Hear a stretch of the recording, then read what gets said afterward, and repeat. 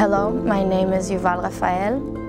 I'm a 23-year-old. I was at the Nova Music Festival with 4 other of my friends. We were 5 in total. In Hebrew we say we were in orot, like we were in lights. We were very excited. One of my friends waited for that party for like 6 months. It's a very, very big production. We went to the Kanta, to our resting place.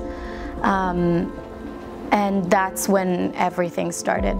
And I remember looking immediately at my phone and I saw 40 updates, 40 notifications of red alerts. I was pretty calm about it because before October 7th, I was positioned in the army. I was the one that allows Palestinians in for work. There's a lot of Palestinian employees that have authorization to go inside Israel and work and then go back. So still, I was very, very calm. Like I was a pretty calm person. So when I saw all of that, I was like, let's just stay. Like, we're on the Gaza Strip. This is something that happens here. But then after a few minutes, everyone started screaming like, you have to evacuate, this party is done. So we took all of our stuff, we took the tent and everything, and we just ran to the car. And that's when I saw all the missiles. There was a lot of people trying to get out, so there was a line of cars. We took a left and started driving. The idea was to go to Bar's house, which is 15 minutes away from where the party was in Kibbutz Oraner. When we connected to the 232 road, we started seeing cars going around, like going back to where the party is.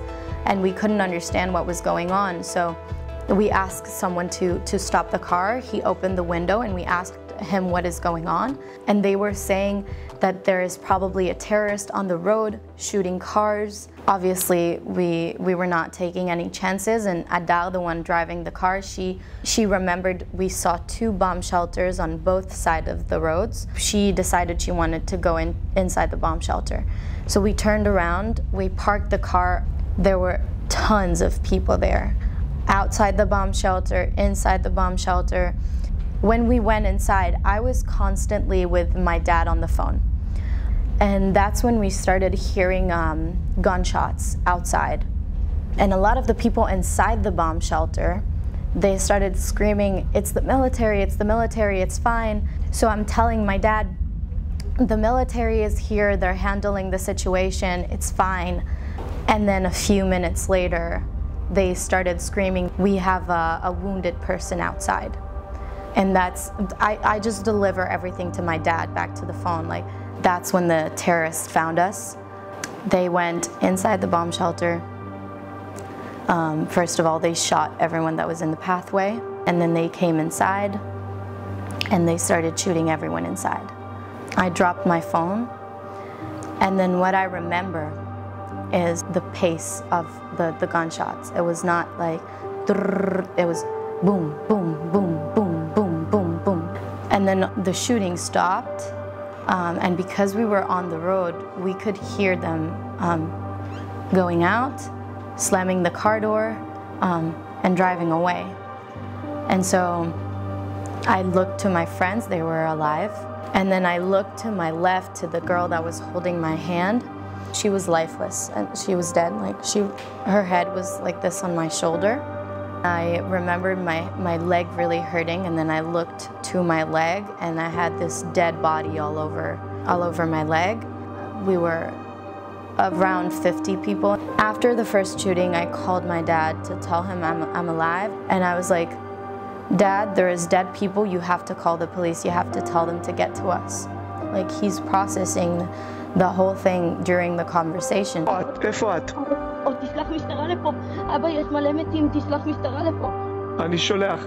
מתים? אבא, בבקשה, תשלח משטרה לפה. אני שולח עכשיו. ממי, תהי רגועה, תהי רגועה. תשארי איתי על הקו, אל תנתקי ממני את הקו, טוב? תהי בשקט. And then there is like a switch that happens to him. He goes like, play dead. Play dead, just play dead, just hang up the phone with me, just play dead. יובלי, רגע, ויש שם מחבלים עדיין? מסתובבים, אבא, תשלחו ניידות. תהיי מתה. יובלי, תהיי מתה. תהיי מתה. תנתקי את הטלפון ממני, תהיי מתה. I hung up the phone. I told everyone that was in the bomb shelter that every single time that we hear them coming, we have to play dead. Even the ones who got gunshots. They came back inside, they shot again. Every time that they went out, I took my phone and I started calling the police constantly. And they were like, send me your location. And it was very bad signal inside the bomb shelters. After constantly calling the police for 4 hours and them constantly coming inside the bomb shelters, shooting more and more people, I had kind of like a breaking point.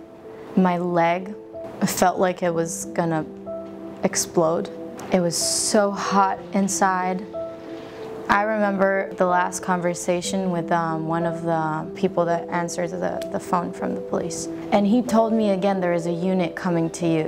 That's where I snapped, telling him, but that's not true. No one is coming, no one is coming. It's been 4 freaking hours. Why is no one coming here? You're leaving us. Next time, maybe I won't be able to call you. Like, they keep killing people and we can't go out. And he's like, don't go out. Don't go out of the bomb shelter. When is someone coming? And I was just tired. I was so tired. I didn't want to call them anymore. I didn't want to talk to anyone. And I started asking myself, like, when is this going to end? Is this going to end? Am I going to die? And my leg was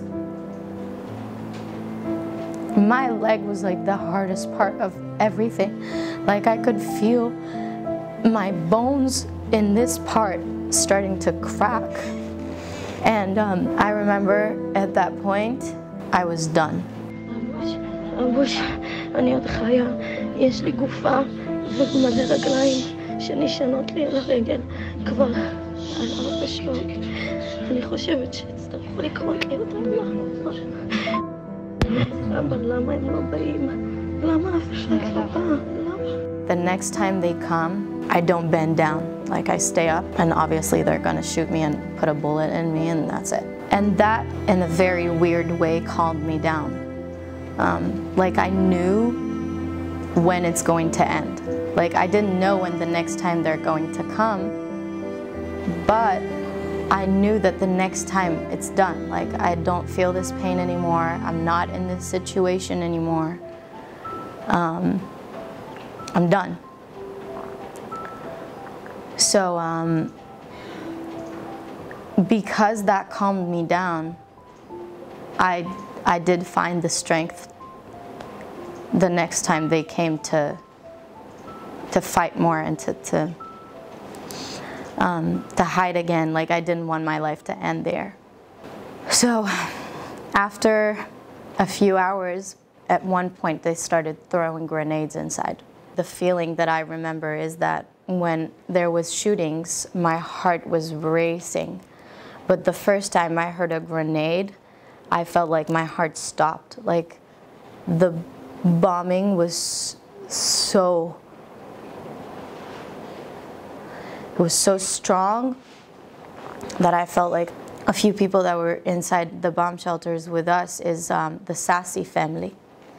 Avi Sassi, he jumped on the first grenade. I remember also at one point, every time after they started shooting throwing grenades, every time I opened my eyes, I could see like there's less and less people. And I didn't understand what that was. I didn't think about it at that time. But now, like, it was because people exploded. And then, because a lot of us had our phones, I remember someone saying something about the internet is saying that the military is now handling the situation. That's when they started coming less frequently. So at that point I started like looking for my phone. I remember like twisting a little bit to this side and I could see my phone on the back of the dead body or something, somewhere between around this area. And I found it and I picked it up and I called my dad. He told me on the phone, I found a rescuer. Like, I found someone that will pick you up. He is with a unit, he is looking for his daughter, which is also there. Talk to him, send him your location, and then he'll come get you. And then I told that to my friends. I called him. He asked me to count the survivors inside, like how many survivors there is inside. He said he was going to be there in half an hour. And then it hasn't been half an hour, but someone started screaming like, is there anyone here that needs rescue? Anyone here that needs rescue? And I remember like really panicking because I imagined the way we're going to be rescued so many times. And not for 1 second I thought like one person is going to scream outside, does anyone needs rescue? And then all of the other people that were with me in the bomb shelter, they started screaming, yes, we need rescue, we need rescue, we need rescue. And I remember looking at Bar, my friend, and she's like, we're not getting out, we're not getting out. Also, my dad told her on the phone there is a lot of terrorists that is disguised as military people. Don't go out, still play dead, play dead. And then I remember this guy coming inside. He had one arm on the wall and the other arm to the pathway with a gun. And he started screaming at us, get up, get up, get up. And then at one point he said, Nitzan, it's Dad. And then we looked around to see who is Nitzan. And I saw that she actually got up. So we understood that this was her dad and this was a rescue. We are actually getting rescued now. And so everyone started getting up, like all of a sudden everyone. But I couldn't get up because I had the dead body on my leg. So when Adar, my friend, got up, I looked at her and I was like, you have to take her out. And she looked at me like I wasn't even talking. She was just staring at me like this. The rescuer screamed at her, why are you just standing there? Come on. And then she went to him. And then I saw Ben that got up and I said, Ben, you have to take her out. And I did the same thing. And then he realized, and then he took her hand, he pulled her a little bit and he managed to move her. And that's when I went to go out of the bomb shelter. And I had to step on top of the dead bodies. I looked up and I saw daylight. And I saw a truck and I saw another truck next to that truck. And then I looked to the side when I completely got up and I saw 2 soldiers leading down with the guns. And then we drove away. He told us not to look outside. And then we were evacuated to the hospital. That's where I met my dad and my uncle and my sister. After the first week, we did an interview in the press, and it gave me strength, like to explain or to talk about it or to, like there was nothing I could do in that situation. Instead of only the bare minimum of trying to play dead.